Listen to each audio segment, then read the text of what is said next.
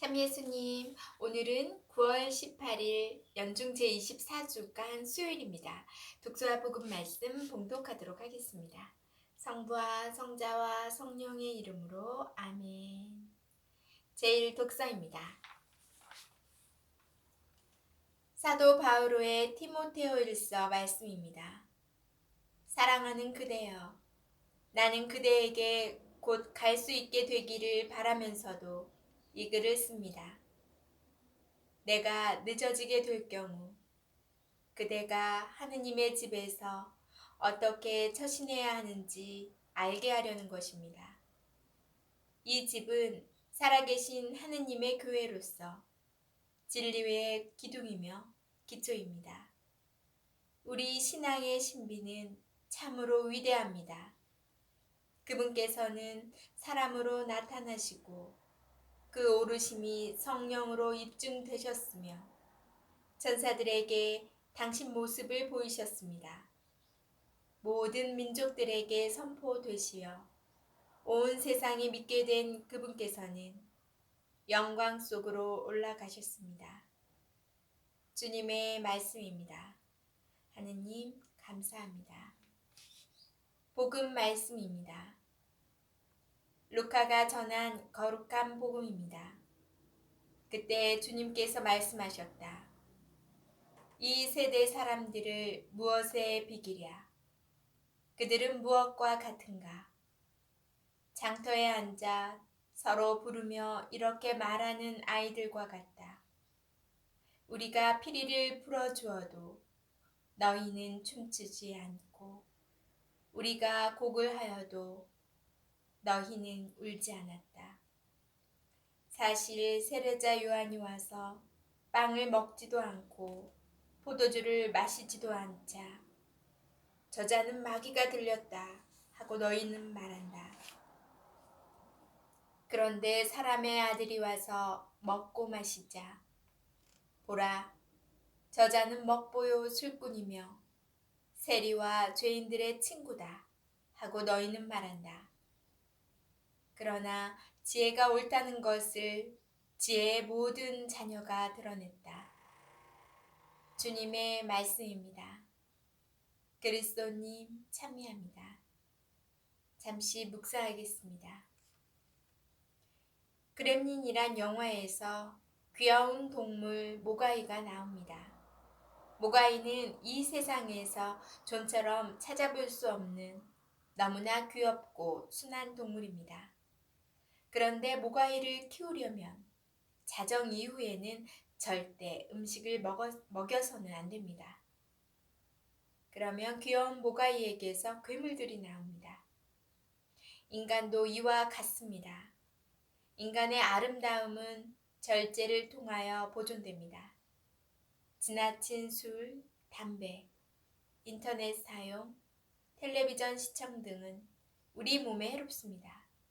몸이 좋지 않으면 우울해지고 그 우울함을 달래려고 더 쾌락적인 것들을 찾게 됩니다.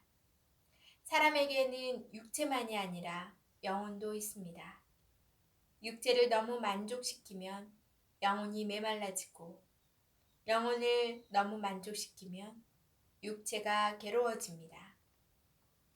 이는 마치 두 화분에 물을 주는 것과 같습니다.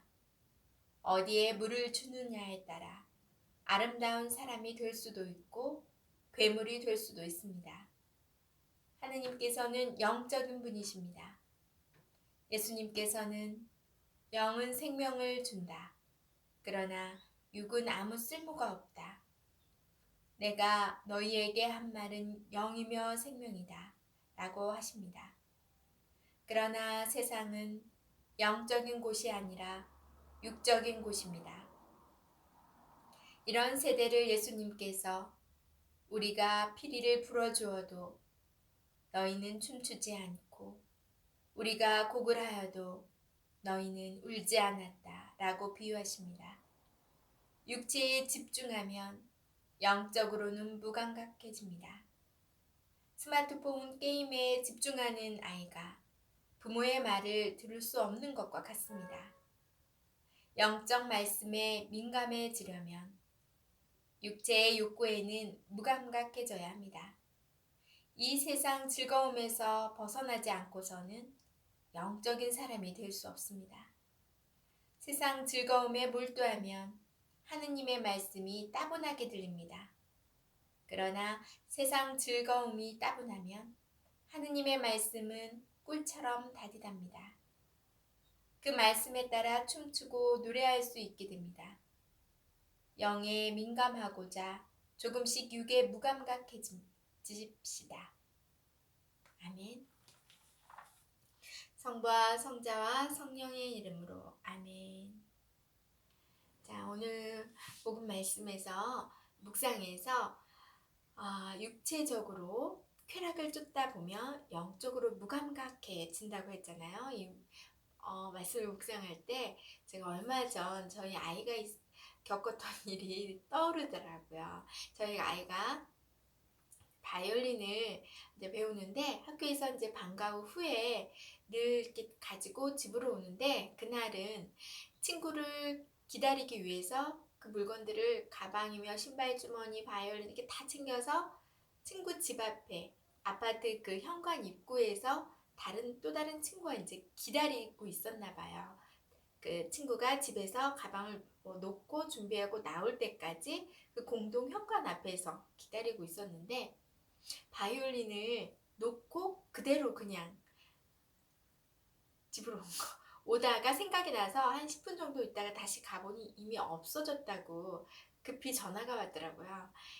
вет만하면 이게 바이올린이 이 부피가 있기 때문에 잘 잃어버리지 않고 그냥 놓고 오기에는 눈에 확 띄는 물건인데 좀처럼 저도 이해가 되진 않았지만 이게 또 중요한 물건이다 보니 제가 또 급하게 그곳으로 가서 함께 또 찾으러 갔어요. 그래서 관리 사무실에 가서 이제 CCTV도 확인하고 했는데 이 친구가 놓은 그 자리가 또 그 CCTV의 사각지대예요. 잘 안 보이더라고요. 그래서 여러 군데를 살펴보았지만 이 행방을 알 수가 없었어요. 그래서 제가 또 그리고 CCTV를 확인했는데 이 친구가 글쎄 계속 핸드폰만 바라보고 있더라고요.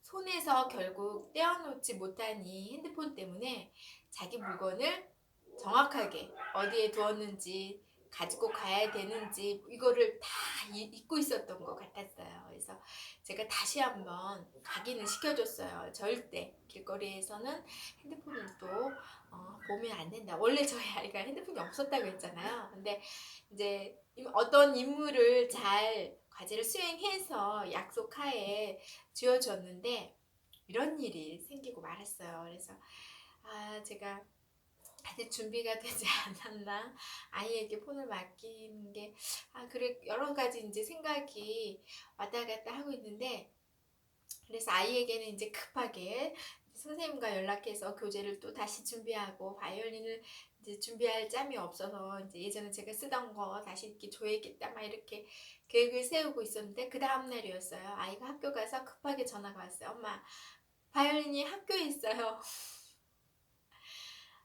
한편으로 다행이면서 어떻게 아이가 이 휴대폰에 빠져 있어서 그런 건지 너무 빠져 있어서 자기가 하지도 않은 일을 했다고 착각을 하고 있었던 건가 봐요.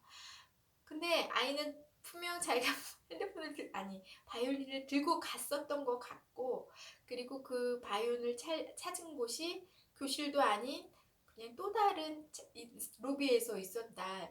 내가 거기에 둔 것 같지도 않은데 아무튼 자기가 한 일을 잘 기억이 안 나나 보더라고요. 그래서 오늘 묵상을 하면서 우리가 세상 것에 너무 빠져 있으면 영적인 것에 둔화되고 하나님을 제대로 볼 수가 없게 되는구나. 제 아이가 너무 휴대전화에 빠져 있어서 그 다른 모든 자기 일상에 집중하고 볼 수 없었듯이 나는 그런 겹쳐지는 이 아이가 경험했던 걸 생각해 봤을 때 이게 겹쳐지는구나 라는 생각이 들었어요. 그래서 저 또한 어떠한 세상 것에 빠져서 집착이 들어서 그 즐거움에 흠뻑 빠지다 보면 하나님을 제대로 볼 수 없고 또 나의 영적인 면에 둔감해질 수 있겠구나. 또 착시처럼 내 아이의 착시처럼 내가 잘하고 있을 거야 라고 착각을 할 수도 있겠구나 라는 생각을 했습니다. 그래서 여러분들도 혹시 내가 너무 다른 면에 몰두하다가 나의 영적인 내 영혼을 맑게 하는 내 영혼이 주님을 늘 따르고 주님의 뜻에 맞게 따라가고 내 영혼을 관리를 소홀히 하고 있지는 않은지 한번 점검해 보시고 묵상해 보시는 하루가 되시기 바랍니다. 너무 청명하고 좋은 가을 하늘이 펼쳐지는데요. 아침 저녁으로 또 기온차가 있어 건강도 유의하시는 또 시기가 됐습니다. 건강 조심하시고요. 저는 내일 다시 만날게요.